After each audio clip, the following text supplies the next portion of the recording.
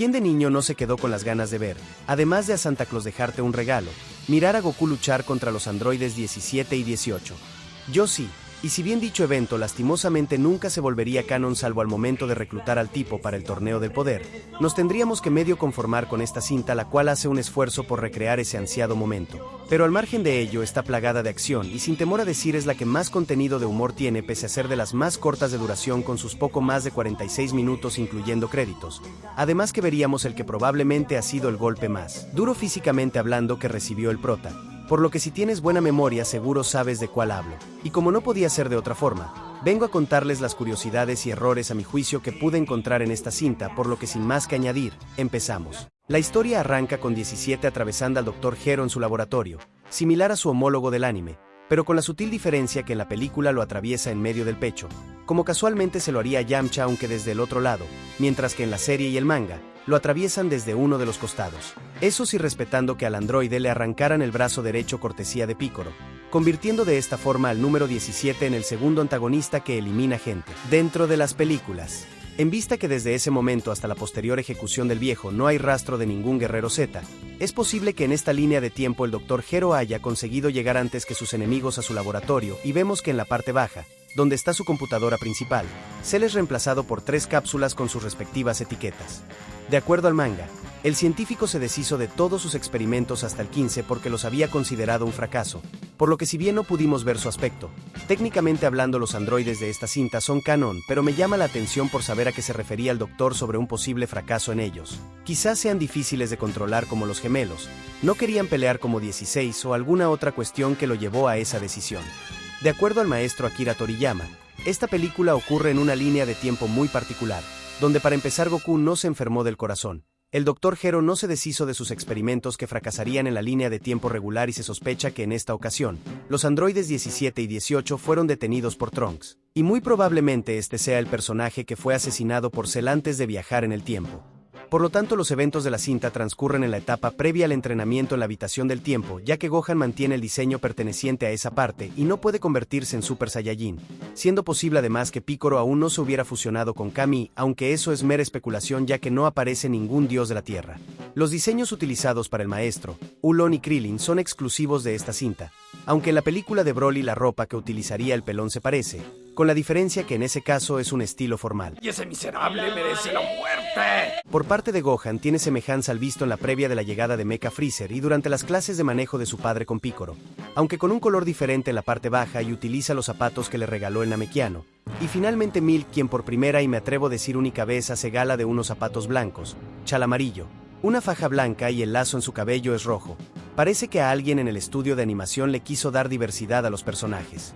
En el doblaje en inglés, el maestro Rochi menciona que en el desfile de señoritas estarán presentes las representantes de España, Rusia y Francia entre otras. Miss Spain, Miss Russia, Miss France. Pero eso es sencillamente imposible en el universo de Dragon Ball, ya que los territorios no se dividen en países, y si bien hay guiños de lugares reales a lo largo de la franquicia, la realidad es que se distribuyen más que nada por ciudades o zonas que en conjunto forman un supercontinente acompañado de distintas islas de diferente tamaño. Esta película, por cierto, marcaría el debut de personajes como Trunks, 17 y 18 en este formato, los cuales casualmente volverán a aparecer no como actores de reparto, sino como protagonistas en la siguiente historia por contar. Al momento que el maestro Rochi y Ulon se disponen a visitar los vestidores de las chicas, Krillin les advierte que se lo contará a un policía. Si bien en ese momento no sería algo más que anecdótico, sabemos que a lo largo de Super se ganaría la vida precisamente como policía. Es la primera vez que vemos a un personaje de Dragon Ball entrar en modo furia durante las compras, y si bien Gohan comenta que pueda deberse a sacar el estrés del organismo, la realidad puede ser mucho más compleja y otros factores a considerar podrían ser el de liberar dopamina, herencia evolutiva de la recolección, experiencia social y un largo etcétera. Pero en esta ocasión me quedaré con la opción del muchacho, teniendo en cuenta que a Milk la persiguió un jabalí y le tiene envidia al matrimonio de la otra montaña. Milk menciona que la ropa que utiliza Goku se limita a su traje clásico de pelea, pero eso no es cierto del todo, ya que a su regreso del planeta Nameku, lo vemos no solo con la ropa de los Yadorat, también con ese trajecito hogareño y su vestimenta para dar el examen de manejo, y dado que Piccolo no necesita más que su traje habitual, sospecho que fue Goku quien le prestó parte de su ropa, por lo que señora creo que debe revisar mejor el cajón de su esposo, a menos claro que Piccolo se haya fabricado su propia ropa. Pero dudo que sea el caso si tomamos en cuenta ese gorrito. La incursión de los androides 14 y 15 para eliminar a Goku se realiza en la ciudad, de similar forma a lo que hicieron 19 y 20, de quienes no hay mucha información pero sus aspectos hacen referencia a estereotipos, como también ocurriría con el número 13, a un nativo americano y a un chulo respectivamente. ¿Quieres ganar un dinero chingón, perra? El cual curiosamente hace un pequeño cameo con diferentes colores en el capítulo 199 durante el duelo entre Goku y Paikuhan. Antes de hacer destrozos en la ciudad, vemos algo casi estadísticamente imposible, ver a todas las personas usar calzado blanco, con excepción del monje que no usa nada en el pie, y al momento de que los androides se hacen notar, vemos a un tipo que aparentemente entrenó en el mismo templo que Krillin. Si bien no se aprecia con claridad que hayan arrebatado vidas durante su trayecto hasta llegar con Goku, es muy probable que hayan ocasionado bajas en la población, y podemos ver que el cuerpo del androide 15 está sucio debido a la ceniza. Sin embargo, al llegar al edificio donde se encuentra Goku, está limpiecito sin rastro alguno de suciedad. Estos dos señores, junto al aparente líder, fueron hechos al mismo estilo que número 16, es decir, creados de la nada y no tienen la capacidad de absorber energía, siendo cronológicamente hablando en esta realidad, los primeros villanos creados por una computadora en ser funcionales y no presentar fallas. Es la primera vez que Goku lucha contra dos androides a la vez, siendo compartido dicho honor por su hijo Gohan, en otra línea de tiempo, el Trunks del futuro tanto en esta película como en su realidad, y Cell durante la película de Super Hero. No sé ustedes, pero me parece sospechoso que Trunks esquive los ataques de los androides en plena ciudad, permitiendo el impacto en edificios donde se supone hay gente, como vemos en uno de los pisos, facilitando así las bajas en la zona, a diferencia por ejemplo de su padre en la película de Tapión.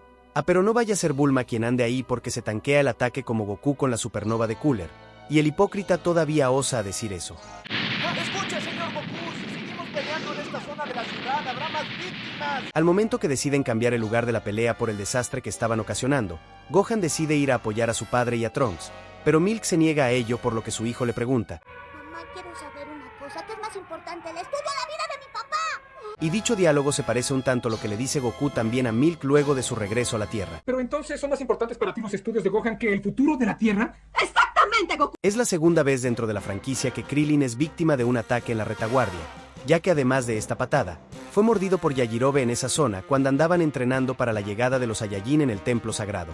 El nuevo campo de batalla es en los glaciares del norte, por lo que esta sería la tercera vez que un combate de proporciones dragonbolescas se desata en una zona helada, luego del mini arco del comandante White en la serie original y la película del Dr. Willow, aunque a diferencia de esas dos ocasiones, en este caso nadie presentó signos de tener frío, siendo utilizado como campo de batalla en la última película de Broly. Al momento que el enano examina al hijo de Vegeta, logra identificarlo pese a que durante la serie regular ni siquiera el propio Dr. Gero lo reconoció, y eso que observó su combate contra Freezer. Este pequeño detalle puede dar pie a que se haría conocido por parte de la computadora del científico al ser pieza clave para detener a los androides 17 y 18 de esa línea de tiempo, y como el androide 15 lo tiene enfrente, quiere comprobar qué tan poderoso es realmente. Al lugar llega el androide 13, cuyo diseño se asemeja a un redneck o campesino blanco, pero cuenta la leyenda que este señor vendría a ser una versión joven del Dr. Gero hecho máquina, y bueno, dado que era un científico, dudo que le haya dado tiempo de ejercitarse a tal extremo, por lo que en caso de ser cierta la teoría, se nota que el doctor se tomó sus licencias al fabricarlo. El androide 13 menciona que fueron creados por una computadora que imparte odio en ellos para acabar con Goku, a lo que Trunks menciona que no conoce algo así. Sin embargo, al muchacho le falta más cine, ya que si bien en su franquicia no ocurre eso, en distintos universos sí que ocurren y a montones, como por ejemplo Skynet, HAL 9000 o la Matrix.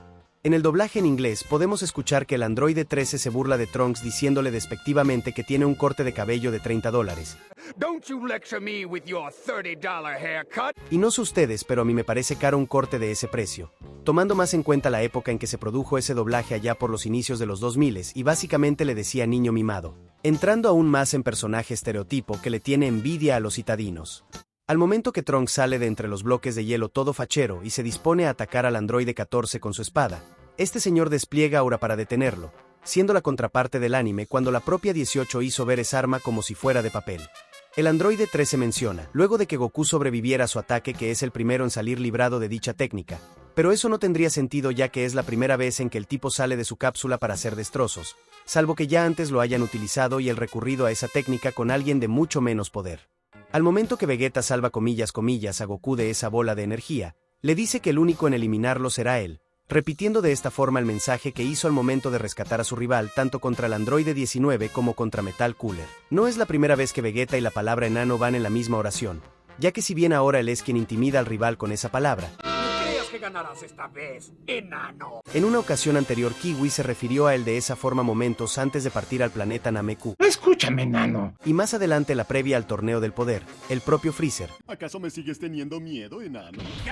quien no es un portento físico en su forma final, también lo llamaría enano al pobre príncipe. El título de la película hace referencia obviamente a este momento, en el que finalmente los 3 guerreros Saiyajin más fuertes de ese entonces se transformaron en rubios, algo que era una novedad en ese momento, pero bien sabemos que se convertiría en la costumbre dentro de la serie, pero sobre todo las películas de Dragon Ball Z de aquí en adelante, excepto la de Trunks del futuro porque pues no habían los Saiyajin suficientes. Pero como en casi toda película de Dragon Ball, no puede faltar esa escena clave donde a Gohan parece que se lo va a cargar el payaso y tiene que ser rescatado por alguien quien suele ser Piccolo, como suele ser ya una costumbre.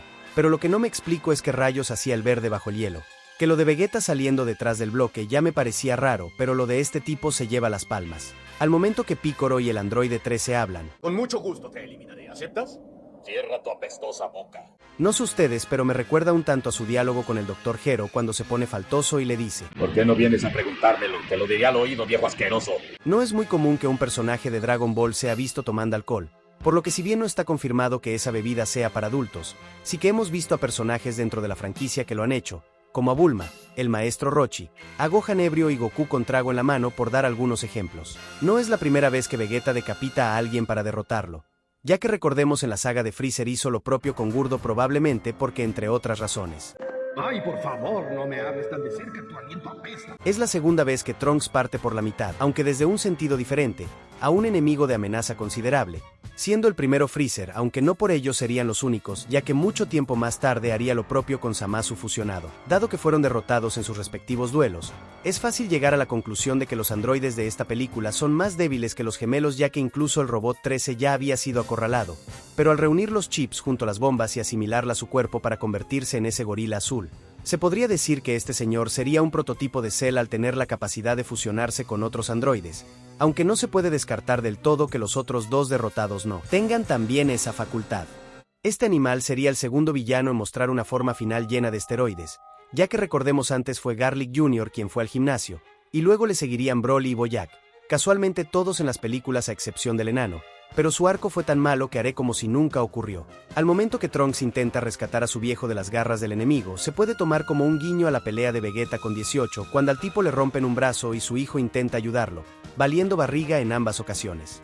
Si bien el golpe que recibe Goku en los bajos es probablemente lo que uno más recuerda de esta película, no es ni por asomo la primera vez que un ataque así le ocurre a un personaje, ya que solo en las películas, además de Goku, podemos ver a Vegeta ser golpeado por Metacooler y a Garlic ser pateado por Piccolo. Sin embargo, esta serie de golpes no se limita a los especiales.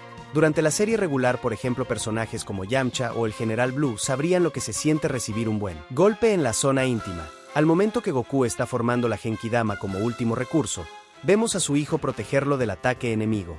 Esta sería la primera vez dentro de las películas que un villano principal le conectaría una onda de energía directamente al muchacho, ya que, si bien en la cinta de Tarles este le dispara a quemarropa, estaba siendo protegido por Piccolo, por lo que el impacto se lo llevó el Namekiano, y al momento en que está convertido en mono gigante, su padre le corta la cola justo a tiempo para esquivar la técnica del Goku de Temu. Pero el hijo de Bardock no sería el único que sufriría un ataque desastroso. Cuando Vegeta sale en su defensa, el monstruo ese le aplica la rompeespaldas al príncipe, y dicho movimiento sería popularizado un año más tarde cuando saldría al mercado el cómic Batman Nightfall, donde Bane le aplicaría un golpe similar, aunque con consecuencias mucho más graves que solo desmayarse. Cuando le toca a Trunks defender al señor Goku hasta que forme la Genkidama, vemos que su espada literalmente se hace pedazos, siendo este acontecimiento la primera vez que ocurre dentro de Dragon Ball Z. Aunque cierto es que el momento más famoso que incluye una espada rota es sin duda la que liberaría al Supremo Kaiosama de hace 15 generaciones, y en menor medida cuando Gohan le rompe la espada al pobre Dabura, o el recuerdo que comenta Trunks a Cell, donde aparece Yajigot siendo aniquilado. La llave que le hace Piccolo al androide 13 justo antes que le dispare la pelota roja pertenece a una serie de movimientos de lucha libre cuyo término englobado se denomina como suplex, siendo más específico para este caso puntual el de suplex alemán, y se requiere para ello gran fuerza y técnica en la ejecución o fácilmente puedes desnucar al contrario. El bueno de Krillin nos pasa el dato que mientras Goku esté transformado en Super Saiyajin no podrá hacer la Genkidama. Esto se la suda y decide absorber directamente el poder de esa técnica para sobrecargar su cuerpo de energía y darle hasta por debajo de la lengua al musculoso. Si bien no sería exactamente de la misma forma, sí que se asemejaría bastante al modo en que derrota a Broly al reunir energía para pelear, siendo además el tercer villano al que Goku atraviesa con su puño para derrotar, después de Piccolo, Daimaku y Misokatsu, de la película del Dr. Willow. No seré yo quien se queje de esto, pero ¿qué hacen enfocándome en toda la cara al trasero de la enfermera? Y si bien no sería tan descarado como en la escena de Bulma buscando el radar en Super Hero, sabemos que el humor de esta serie tiene esos toques picantes y lujuriosos. Es la segunda vez que Krillin y Gohan son hospitalizados al mismo tiempo luego de combatir contra algún villano, siendo la primera vez contra los Saiyajin, y si me lo preguntan ahí debería estar también Vegeta luego de ese rodillazo fulminante, pero bueno, todo esto ocurrió porque no habían semillas del ermitaño a la mano, rompiéndose la racha de 3 películas consecutivas donde Yajigot salvaría el día. La cinta cierra con Vegeta y Piccolo sentados en un bloque de hielo dándose la espalda, de similar forma a como terminarían luego de la derrota de Broly, siendo ese otro aspecto que compartirían dichas películas, aunque en el doblaje de inglés podemos notar que Piccolo y Vegeta rompen la cuarta pared ya que el namekiano le pregunta si ya terminó. A lo que el Saiyajin le responde no hasta que salte el pez. Y una vez hecho le dice It's over, dando paso a los créditos. ¡Qué peliculita! En lo personal me agradó mucho que casi en todo momento haya algo interesante que ver, desde Goku yendo a comprar con su familia, al maestro y los muchachos haciendo fila, pero sobre todo que no le toma mucho tiempo a Goku entrar en acción, a diferencia del resto de cintas salvo la primera de Cooler. Si bien los androides en sí no tienen desarrollo alguno más que de ser los villanos de turno, a quienes por cierto derrotan en cuestión de horas nada más, sí que disfruten parte con ver al enano cuando se hundía y pedía ayuda, o cuando el cabello del androide 14 se le pegaba al cuello, teniendo en cuenta que uno no hablaba y el otro tenía menos carisma que Vinicius o Lamine Yamal. Es una lástima que a partir de acá, tanto Piccolo como Vegeta no se lucirían en las demás películas de Dragon Ball, y no sé ustedes, pero a mí me encantan esos personajes, pero saben que el punto de partida de terror para ellos inicia acá me da cierto bajón, por lo que tendríamos que esperar recién a Super para que les hagan algo de justicia. Remirando esta cinta después de bastante tiempo sí que la he disfrutado, con sus altos y bajos para qué negarlo, pero no soy crítico de cine así que no le daré una puntuación ni nada parecido, pero cuéntame, ¿te gustó esta cinta? ¿O crees que lo hicieron simplemente para rascar unos cuantos billetes aprovechando el boom de la serie? Bueno, este fue mi aporte y espero les haya gustado. Yo soy Saba y me despido. Bye.